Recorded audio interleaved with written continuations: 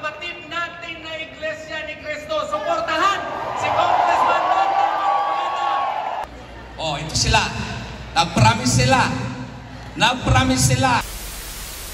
Hindi na ito para sa Ginoo. Kena, yun ang paninindog ko ingad. Paninindog ko madaklataw. Paninindog si kwagamatan wagamistam. Da asal akaw arwarsan. Mi paninindigan akan skano o bagay suwala sangkay kongres insya Allah. Sari gano. Insya Allah na mi paninindigan akan skano bagay suwala.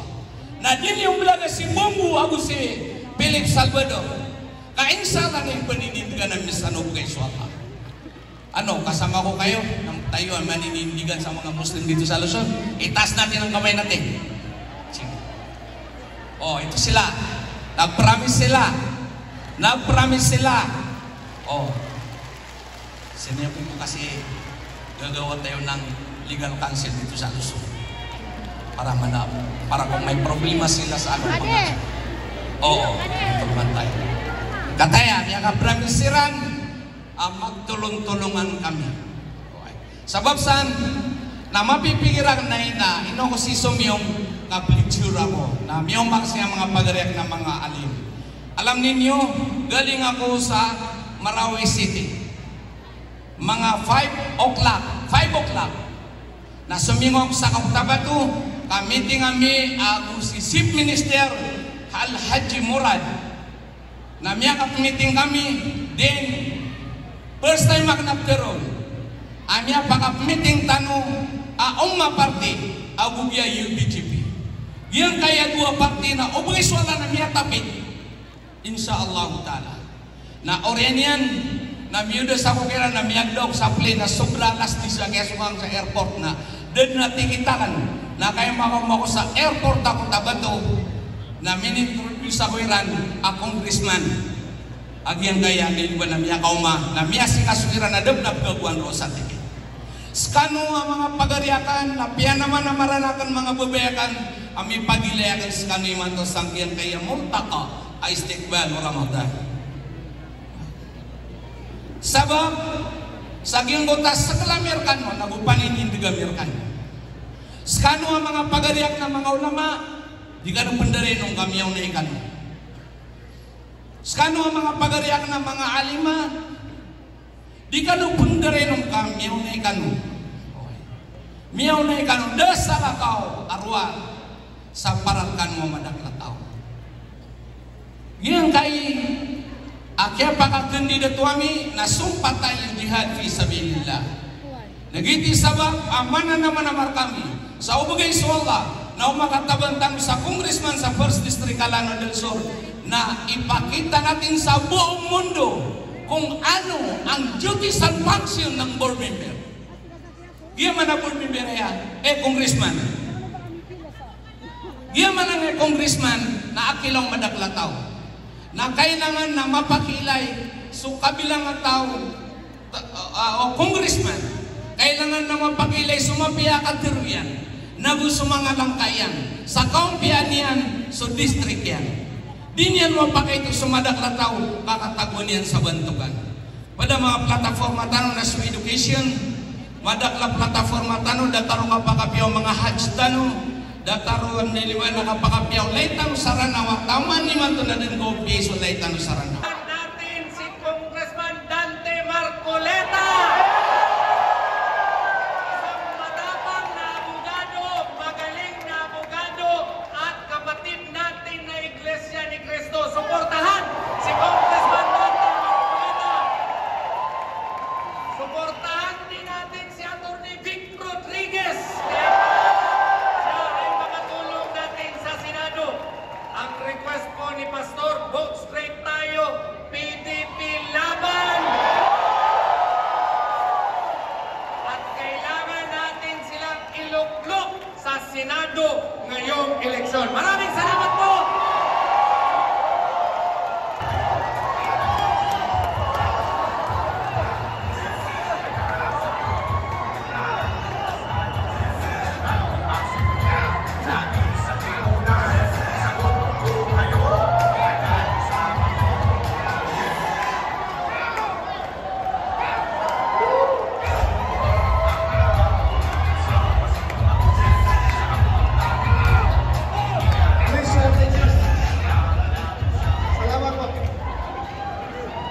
Magandang gabi sa ating lahat. Unang-una, ako po'y nagpapasalamat kay Pastor Apollo C. Kibuloy at sa buong Kingdom of Jesus Christ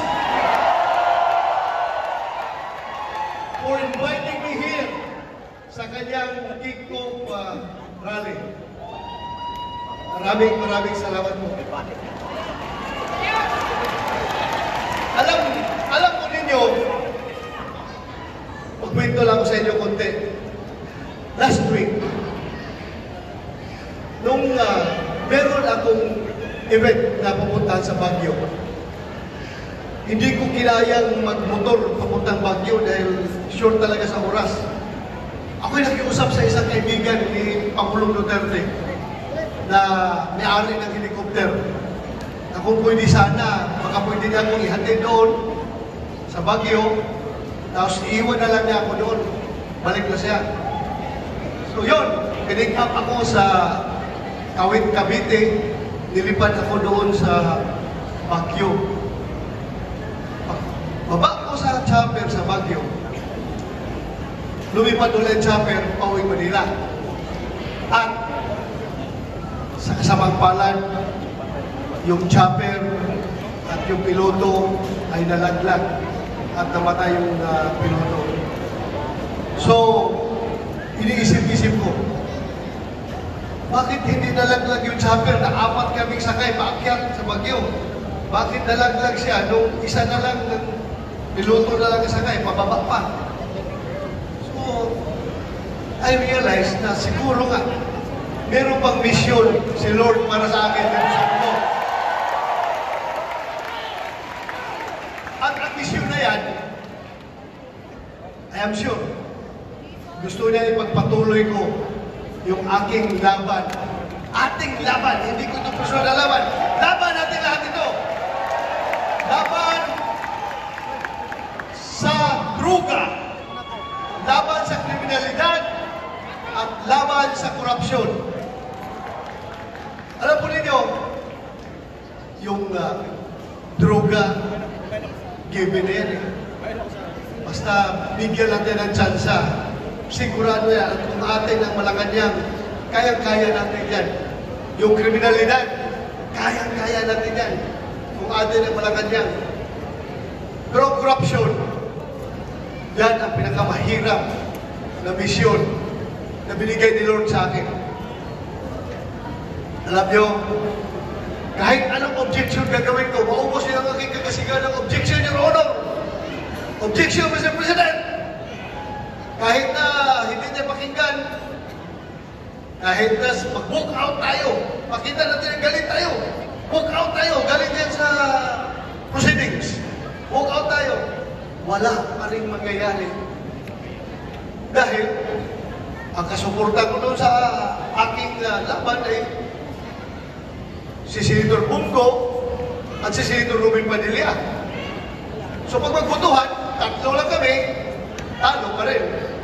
So useless yung aking pagsumikap. Hindi naman actually useless, pero sayang. Hindi siya talagang hindi natin ako ang ating kagustuhan. Kaya ako ngayon nakikiusap sa inyo. Ako sakali man, ako'y tulungan ninyo magkabalik sa Senado at suswertehin na manalo. Itutuloy ko yung laban na yan. At ang laban na yan ay kayang-kaya kong gawin. Kung aside from Senator Bungo, Senator Ruben Hood Padilla, idagdag po ninyo lahat itong kasama natin dito. Kung mapanalo natin ang number 10, Senator Bundok, Jimmy Bundok, Atty. Bundok, napakagaling na abogado. Of course, Senator Bungo, Senator J.B. Hindlo, abogado na, fighter pa. Atty. Raul Lambino, yan, no question, talagang astig yan, abogado. Ito ba? Congressman Rodante Marcolita. Of course, ang ating pinakamamahal na kahit na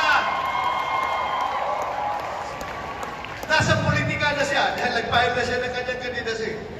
But still, he refuses to be called a politician. He wants to be called a leader. Napakagaling, pakinggan. Kaya ako rin, kahit na naka-one term na ako bilang senador, gagayahin ko si Pastor. I don't want to be called a politician. Dahil hindi naman talaga akong politiko yung aking ugali. I am not always politically correct in all my statements, in all my actions. I am not necessarily politically correct. Pero, galing sa puso. Diba? So, huwag niyo ako tawagin politician. Tawagin lang niyo akong fighter. Fighter.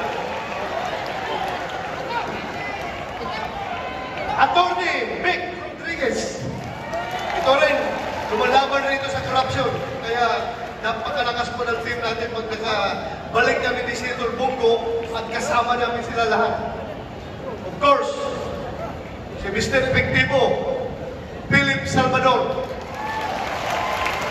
Imagine ninyo, kung ang Senado ay mapupuno ng tao na kagaya namin, itong lahat na dito ngayon, makita mo, kung yang mga tao na makaupo sa Senado, tapos ang problema ng Pilipinas. Maraming salamat! Magandang gabi sa ating lahat. Daghang salamat, Senator Ronald Bato de la Rosa! Itaga sa Molo!